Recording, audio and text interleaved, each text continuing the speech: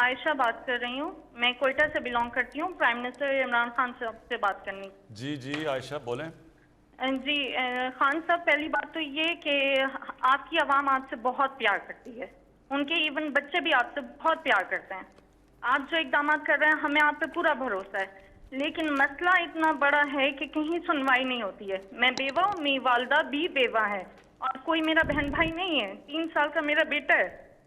65 سال کی ٹیچنگ کی کمائی سے میری والدہ نے سنگل سٹوری گھر بنایا ڈی ایچ اے ریبر میں، لاہور میں، اور اس کو 2019 میں کرائے پہ ہم نے دیا۔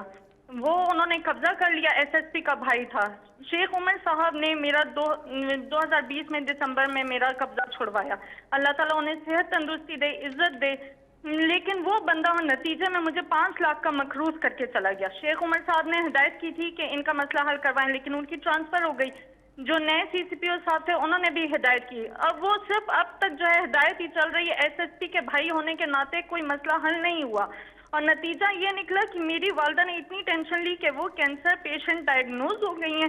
میرے پاس کفن کے بھی پیسے نہیں، اور میں نے بینک سے لون لے کر اپنی والدہ کا علاج کروا رہی ہوں۔ آپ مجھے جی بتائیں، بچے کو پالوں، پیسے لوگوں کے دوں میں، یا میں لون کے پیسے دوں؟ کم سے کم میرے پیسے تو مجھے دلوائے، میں کیا کروں؟ اور جی کم سے کم سوسائٹی اتنی بڑی ہے، اس کو اس چیز کا پابند بنائیں کہ جس طرح عسکری سوسائٹی وہ رینٹ کے معاملات کو دیکھتی ہے تو یہ بھی رینٹ کے معاملات دیکھے۔ اور کم سے کم آپ چیف جسٹس کو ہماری اپیل پہنچائیں کہ ہمیں کس بات کی سزا دی جاتی ہے، کیوں اسٹے دیا جاتا ہے ایسے لوگوں کو، کس بات کا اسٹے دیا جاتا ہے۔ میں آپ یقین کریں، کووڈ میں کوئٹہ سے لاہور پورا 1 سال میں ہاسٹل میں خوار ہوتی رہی، پورا 1 سال ایک کمرے میں ہاسٹل میں اپنی والدہ اور بچے کے ساتھ میں رہی ہوں کہ میرا گھر کسی طرح چھوٹ جائے، لیکن کچھ نہیں ہوتا تھا۔ آپ کے نمائندوں کے پاس بھی میں گئی، ذلیل ہوتی تھی میں۔ جی دیکھیں، یہ میں نے اپنے پچھلے 30 سال میں کتنی دفعہ اس طرح کی کہانیاں سنی ہیں، اور یہ آپ بات ٹھیک کہہ رہی ہیں کہ ہمارا جو سسٹم ہے، جو انصاف کا نظام ہے، وہ آہستہ آہستہ کام کرنا چھوڑ گیا۔ اور وہ جو انصاف ہوتا ہے نا، جی میں آپ کو پہلے سمجھا دوں انصاف ہوتا کیا ہے۔ انصاف تو کمزور کو چاہیے ہوتا ہے، طاقتور تو اپنے آپ کو قانون سے اوپر جاتا ہے کہ قانون اس کے لیے ہونا۔ یہ جو سارا مافیاز ہیں پاکستان میں، جو اس وقت سب اکٹھے ہوئے ہیں کہ کسی طرح یہ گورنمنٹ چلی جائے، ان کی کیا مسئلہ کیا ہماری گورنمنٹ سے؟ ان کا مسئلہ یہ ہے کہ یہ قانون کے اوپر رہنا چاہتے ہیں، اور اگر یہ قانون کے اوپر رہتے ہیں تو یہ ملک آگے اس لیے نہیں بڑھ سکتا کیونکہ کوئی بھی دنیا میں جس ملک میں قانون کی حکمرانی نہیں ہوتی وہ ملک آگے نہیں بڑھ سکتا۔ جتنے بھی ملک آگے بڑھے ہوئے ہیں، کیونکہ جس کا بھی واسطہ پڑا ہے باہر ایڈوانسڈ سویلائزڈ ترقی یافتہ ملکوں کو دیکھنے کا، تو ان میں ایک چیز ہوتی ہے، قانون کی حکمرانی۔ کوئی قانون کے اوپر نہیں، وہاں مافیاز نہیں کام کر سکتے، وہاں قبضہ گروپ نہیں چل سکتا، وہاں آپ کو سفارشیں نہیں چاہیے ہوتی، آپ کو پرائم منسٹر کو ٹیلی فون کر کے نہیں بتانا پڑتا کہ جی میرے گھر کے اوپر قبضہ ہوا ہے اور کسی طاقتور نے، اور ہم ہیں بھی، اور اگر کوئی آدمی بھی نہیں ہے گھر میں مدد کرنے والا تو ان کا کیا بنتا ہے۔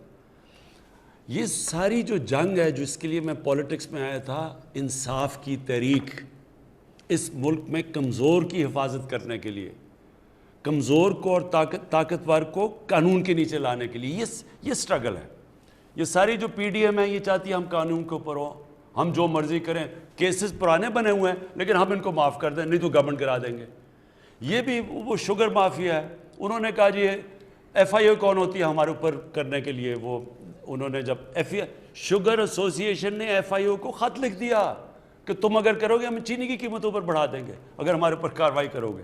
یہ ہر جگہ لوگ بیٹھے ہوئے ہیں، یہ جد و جہد ہے۔ دیکھیں انصاف کی تحریک ہوتی ہے، انصاف کے لیے قوم کو آزادی کی جنگ لڑنی پڑتی ہے ان مافیا سے، اور یہ ایک جہاد کا نام ہے۔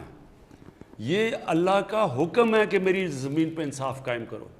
میرا آپ سے یہ وعدہ ہے کہ میری پوری کوشش ہے، جب تک میں اقتدار میں ہوں، جب تک میں نہیں بھی ہوں، میں اس کے لیے لڑوں گا۔ ہم نے پورے اپنے جو سارا انصاف کا نظام ہے، عدلیہ کے ساتھ بیٹھ کے ریفارمز کے لیے بھی ہم تیار ہیں، اپنے جو ادارے ہیں ان کو بھی ٹھیک کر رہے ہیں۔ یہ جو اب تک ہمارے آنے سے پہلے نیب کام کر رہی تھی، تو نیب نے کتنے لوگوں کو پکڑا اور ہمارے صرف 2.5 سالوں میں نیب نے کتنا پیسہ ریکور کیا. میں صرف اس لیے آپ کو بتانا چاہتا ہوں کہ اداروں کو جب آپ مضبوط کرتے ہیں, جب آپ ان کو روکتے نہیں ہیں, تو وہ ادارے کتنے بہتر کام کر سکتے ہیں. جب عدلیہ کے اندر آپ انٹرفیئر نہیں کرتے, ڈنڈے سے چیف جسٹس کو نکالتے نہیں, تو عدلیہ بھی پھر تکڑی ہو جاتی ہے. اسی طرح سارے جو ادارے ہیں جب آپ ان کو اپنا کام کرنے دیتے ہیں تو وہ نظر آ جاتا ہے. کیا میں صرف اس لیے آپ کو پہلے یہ بتانا چاہتا ہوں کہ نیب نے 18 سالوں کے اندر 2017 تک 18 سالوں تک صرف 290 ارب روپیہ انہوں نے وصول کیا تھا جو چوری کا پیسہ ہے. ہمارے 2 سالوں کے اندر نیب نے 484 ارب روپیہ ریکور کیا. اینٹی کرپشن پنجاب نے 10 سالوں میں, جو پچھلے 10 سال تھے نون لیگ کے, اس میں صرف 2.6 ارب روپیہ ریکور کیا تھا. ہمارے 2.5 سالوں کے اندر جو زمین ہی صرف انہوں نے ریکور کی ہے وہ 218 ارب روپیہ. میں صرف آخر میں آپ کو یہ کہہ رہا ہوں کہ یہ ہے جنگ چل رہی طاقتور کو قانون کے نیچے لانے کے لیے. آپ کی تو انشاءاللہ ہم نے نوٹ کر لیا, ہم پوری آپ کی کریں گے, لیکن سسٹم ایسا ہونا چاہیے کہ آپ کو کمپلین نہ کرنی پڑے, سب کو قانون سے ڈرنا پڑے.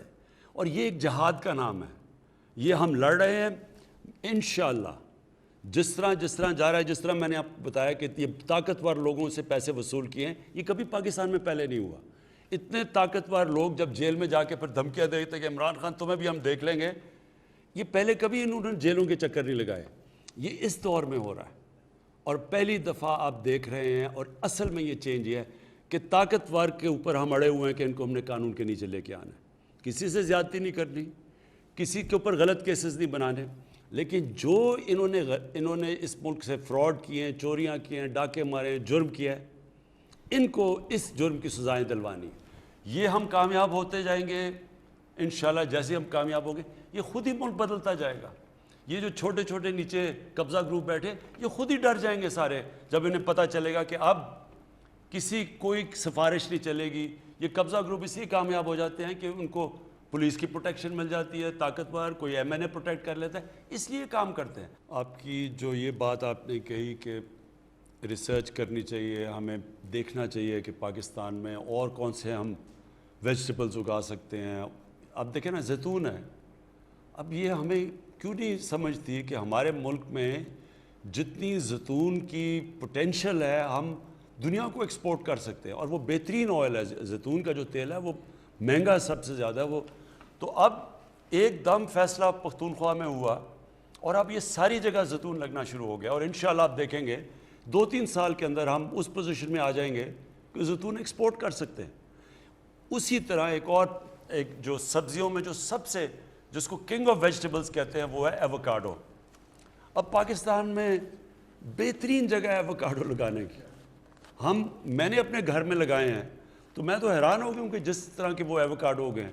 اب ہم یہ ساری جگہ لگا سکتے ہیں. وہ سب سے مہنگا پھل ہے, ویلیو ایڈڈ ہے, ہم یہ بیچ سکتے ہیں. میرا کہنے کا مقصد یہ ہے کہ ہمارے ملک میں 12 موسم ہیں, 12 کلائمیٹک زونز ہیں ہمارے. ہم کوئی چیز بھی اگا سکتے ہیں. یعنی دنیا میں جو چیزیں ہمیں کوئی ضرورت ہی نہیں کوئی چیز امپورٹ کرنے کی. مسئلہ یہ ہے ہم نے کبھی اس کے اوپر توجہ نہیں دی. اب ہم پوری طرح ان چیزوں کے, مثلا شوگر بیٹ ہے, یہ ایک شوگر کین کو کئی جگہ پہ ریپلیس کر سکتی ہے, پانی بھی کم لیتی ہے, کم ٹائم میں تیار ہو جاتی ہے. اور ہم جب گنا ہے وہ زیادہ مہنگا ہے, اس کے پانی زیادہ استعمال ہوتا ہے, ڈیوریشن لمبا ہے, کبھی کسی نے اس کے اوپر توجہ نہیں دی. انشاءاللہ ہمارا پورا کام ہو رہا ہے کہ اگر ہم نے اپنے لوگوں کو, ہماری بڑھتی ہوئی آبادی ہے, ان کو کھلانا ہے تو نئی چیزیں لانی پڑیں گی, نئی سوچ آنی پڑے گی. اور پھر اس میں ریسرچ, جو آپ نے اصل بات کی کہ ہمارا اچھا بھلا ایک وقت پہ فیصل آباد کی جو ایگریکلچر یونیورسٹی تھی وہ بڑی مانی جاتی تھی, اس میں بڑا زبردست کام تھا. آہستہ آہستہ ریسرچ بھی ختم ہو گئی, سیڈ ڈیولپمنٹ پہ, بیجوں کے اوپر بھی کام نہیں کیا. ہندوستان میں وہ 7 والا پنجاب ہے, وہاں وہ زیادہ پیداوار ہے ان کی, ہماری کم ہے. ہم ہندوستان والی پیداوار لیں تو ہم گندم ایکسپورٹ کر سکتے ہیں اور بھی چیزیں. سو اینی وے اس کے اوپر انشاءاللہ ہم کام کر رہے ہیں.